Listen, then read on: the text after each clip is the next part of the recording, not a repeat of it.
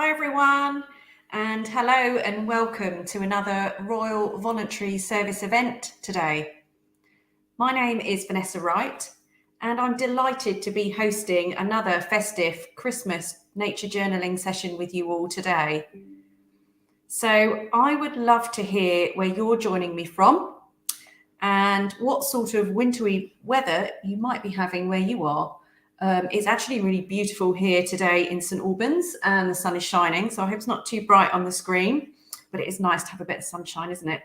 So thank you for coming along, and I will look forward to your comments in the chat. Please do pop your thoughts in as we go. Hi Irene, it's really lovely to see you. Thanks for joining.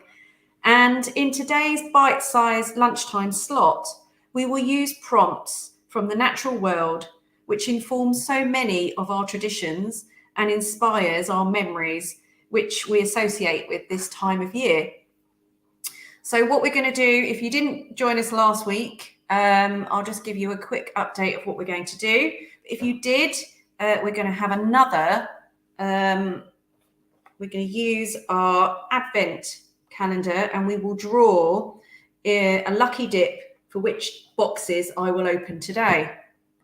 So there might be a plant, there might be herbs, spices, or any other surprises. So you just don't know what's going to come out.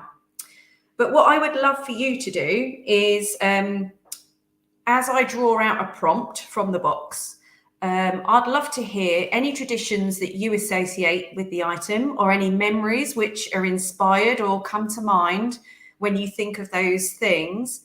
And while you're doing that, I'll share a little bit of information around the background of the item and why it's associated with this time of year. So we only have 20 minutes today. So welcome, Jackie. It's lovely to see you there. And I'm going to start straight away with a lucky dip for today. So please do pop in where you're joining me from, the weather, what it's like where you are. I hope it's lovely today. It was a bit grim last week. At least when we're joining, so it was all dark, but it's lovely and sunny today. So first number out today, let's see what we've got. So we have number 22, and let's just open number 22, see what we've got in the box today. So this, I don't know if anyone can see, it's a little bit withered. Here we go.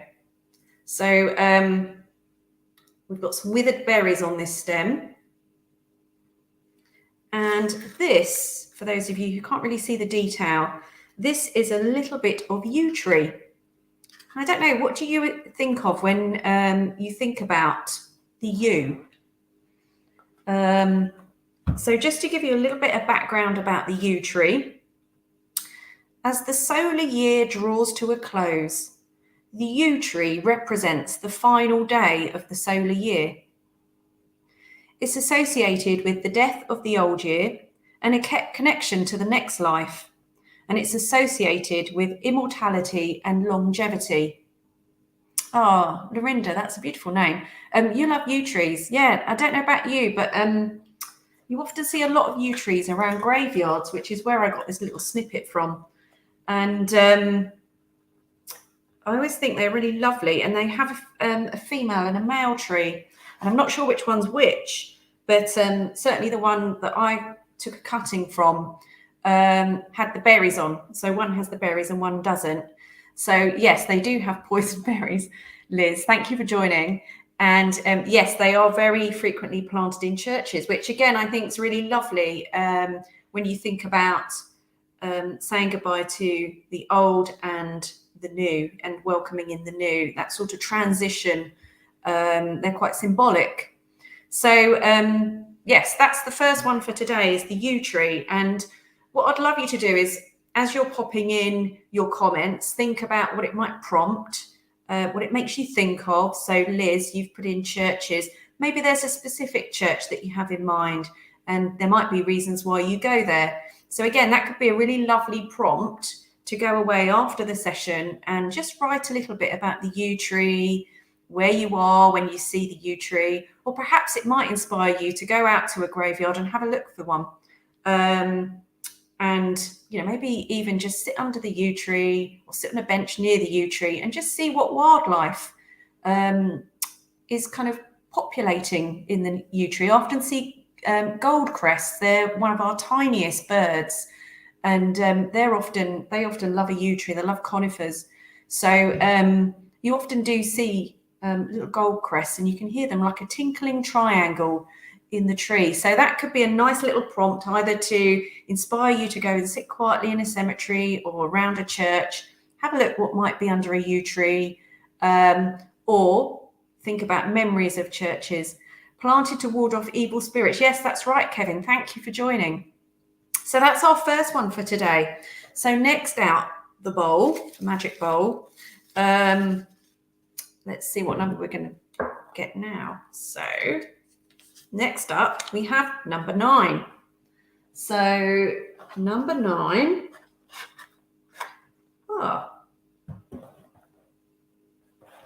We have a stick. And apparently, I don't know if you know what this stick is. I don't know if you recognise it from your cooking. Oh, Liz, that's beautiful. Your local church, christened, married, and your ancestors are buried there. That's really beautiful. Yeah, I bet you've got lots of stories. And you were married there. Yes, I bet you've got lots of stories and lots of lovely memories about that church and how the yew trees just inspired that moment. Yes, it is a cinnamon stick. You're quite right, Lorinda. And this spice was supposedly more valuable than gold once upon a time. And it's a symbol of rebirth and life triumphing over death. And research shows that this spice has antimicrobial properties. So again, I wonder whether there's anything at this time of year that you associate with cinnamon, and whether that's a recipe you used to cook up or whether you still cook. It could be something that, is very traditional. So I always think about apple and cinnamon and apple crumble and sort of thick custard. And my grandmother used to make lovely custard, and we used to fight over the skin of the custard. Now, I know some people find that particularly gross, but some people love it, and my sister and I used to love it. So, I know where Appleby is, Bridget. That's a really beautiful part of the world. And it's lovely to hear that the yews inspired that. So yeah, I'd love to hear a little bit from you around your cinnamon stories and thinking about that. You use it with apple in reeds, Bridget. That's really lovely. And you can use it instead of nutmeg for skin on the rice pudding. Oh, yes. Love a rice pudding. I haven't had rice pudding for donkey's years. Lots of Christmas messages of flower decorations and cinnamon sticks. Cinnamon spice in apples. Yeah, it's lovely, isn't it? Really warming. I think it's such a warming spice. So yeah, that's the next one out for this morning. So let's have a look what's next. So now we have number 19. Let's see what we've got for number 19. Aha, we have another spice. I'm just going to tip this one out. Oh gosh, it smells lovely. I don't know if you can see this. Memories, yeah. Christmas memories of flower decorations. Yeah, that's lovely. Oh, if I could transport the smell over to you, this smells of aniseed, and it smells amazing, actually. I don't know if this reminds you of anything Christmassy, but or if even you know what it is. But another spice, yes, star anise, and it smells like licorice. It's making me think of licorice all sorts, but that's not particularly Christmassy, I don't think. But I don't know if that reminds you of anything particularly Christmassy. I'd love to hear. So the star anise is a spice for mulled wine originating from the Roman Empire. And spiced wine was part of a festival called Saturnalia, a festival to celebrate the winter solstice. So you've actually used it in a table decoration you made last week. Oh, that's lovely, Bridget. Fantastic. I bet that smells amazing. If you can find out how to add a photo, I'd love to see it. I just think they're really pretty, aren't they? As well. And yeah, they turned on the Christmas lights in town a couple of weeks ago, and they were serving mulled wine, and they had these floating on the surface. And yeah, it really does bring a lovely smell. So we've had a couple of spices out already and a bit of a tree. So what's next? Let's have a look and see. And again, just write down the prompts that as they come out, and these can be really lovely things that you go away and do the following week. So next door we have number 10. So in number 10, you might not recognize this. Let's just see. I'd be amazed if you know what this is. So these are sort of quite crusty because they've frozen and dried. And you might be thinking, oh my goodness, what the hell is this? But this is what is known as a robin's pincushion. And a robin's pincushion is found on wild roses. And if you look for rose hips in the hedgerow, you might find on the stem of that wild rose a robin's pincushion. And what that is, it's where a parasitic wasp has gone in and laid its larva, and the plant has responded to that by creating this robin's pincushion. And it's a bit like oak galls on an oak tree, where I don't know if you've seen those, if you've been out and about. But the robin's pincushion, I suppose it could be the nice size for a robin's pincushion, I suppose. But anyway, the reason why I've chosen this is obviously I couldn't bring a real robin for today, but this is to represent the bird robin. So, do you think it might be used as itching powder? Oh, well, I haven't got itchy from touching it, so that's good news. So, robins, of course, we associate with Christmas, and I've actually got a Christmas card through this morning with a robin on it. So very, very timely. And the Christmas card tradition began in Victorian times with the Royal Mail postmen who wore bright red uniforms delivering cards, and they were often nicknamed robins. And so the cards used to depict the postman, and over time, the postman robins, eventually switched to the images of the bird. So again, I don't know if you've got any thoughts around robins and what you think of when you see robins. Of course, you probably think of Christmas. Oh, the rose hips themselves have itching powder. Interesting. Yes, that's so interesting. That's such an old tradition. You've just made me think of primary school, where people used to come and bring in itching powder and try and put it down people's backs. So yeah, I don't know whether that would still go on today or not. But yeah, I'd love to hear a little bit about what robins, what does the bird make you think of, and what does it spring to mind? And they're really quite one of what we would describe as our friendliest birds. I don't know whether you see them when you're in the garden, gardening, for example. And a lot of people say that, if you've had a departed loved one, they're often, that's exactly it, Kevin. Yes, they're bringers of messages from loved ones. And it feels like a really lovely, reassuring presence when you see a robin. And yes, that's really lovely to think about that. So yeah, it might prompt a memory of a robin and an encounter you've had, a really special encounter where you did feel like a message from a loved one was being delivered. Or it just might be thoughts of you in the garden with a robin following you around for worms. So again, it's lovely or you might want to write about that person who is just brought to mind. So again, it's a really lovely way to use something from nature as a prompt. So next up, we have, let's have a look what's out now, number 11. So number 11, we've got them in order, 9, 10 and 11. So in here, I had fun doing this actually. Whoops. We have oranges, and I have to admit, they smell really lovely, very citrusy, and they made the house smell lovely when I was baking them. But often we can put these in wreaths and make decorations out of them, which are really lovely. So yeah, I'd love to hear what comes to mind when you think of oranges or clementines or satsumas. Oranges are a really traditional kind of fruit of the time of year.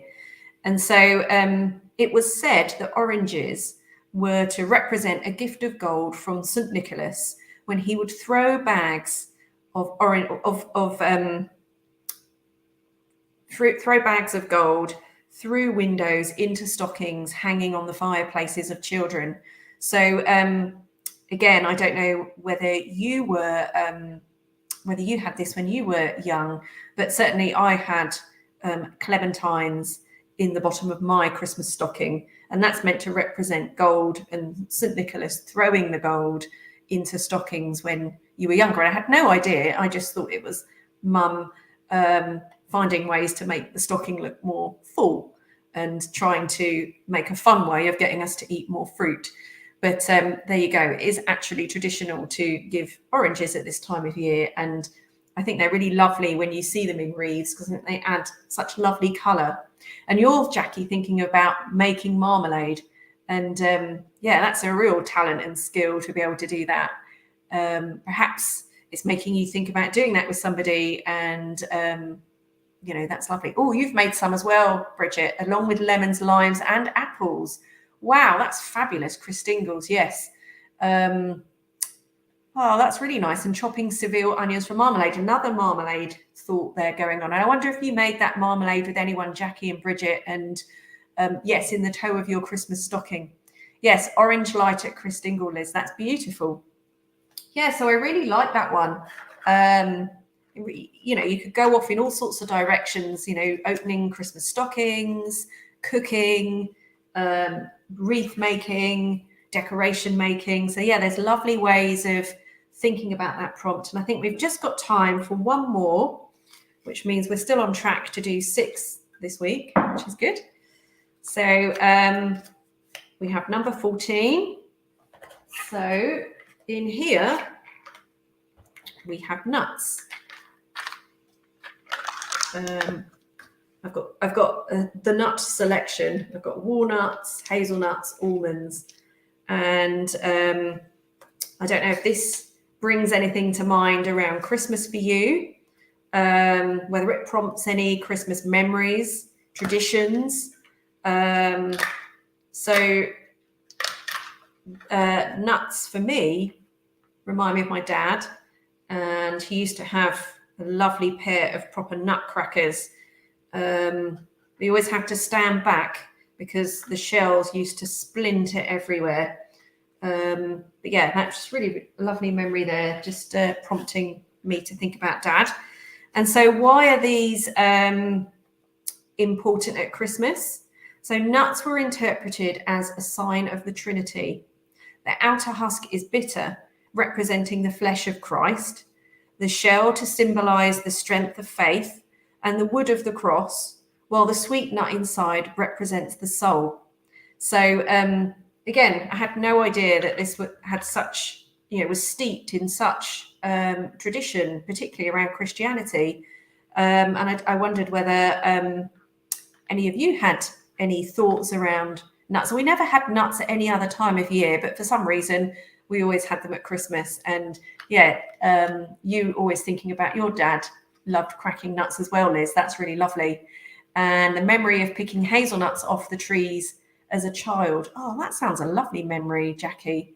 Yes, the splinters everywhere. It reminds you of your grandpa. Oh, that's lovely. Isn't it lovely how nature and items can just prompt thoughts of people? And a lot of nature memoir does exactly that. So, oh, you're thinking of chestnuts. So yeah, lots of people have lots of different traditions around the nuts.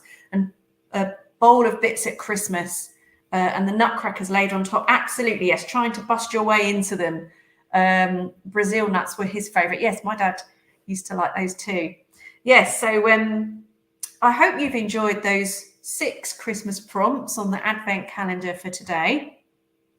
So it's really lovely to meet with you and hear some of your stories and memories and traditions. So thank you for joining me and for your participation and contribution. I hope you've enjoyed it and there have been some useful prompts that have reminded you of some of your own thoughts and memories. And hopefully this has given you some initial sparks that you have ignited just by coming along today. And I'd love it if you expanded on those in greater depth through the week. And if you've enjoyed what we've done today and you've hope that this has been fun and festive, then I will be back at this time next week at the same time, and I hope to see you again then. Last one is on catch up, I believe. I hope that the Virtual Village Hall can put the link in the comments so it's easy for you to find Bridget.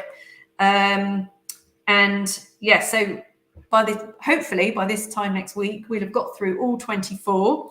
And in the meantime, happy journaling and have a lovely week. Bye for now and see you again soon. Bye-bye.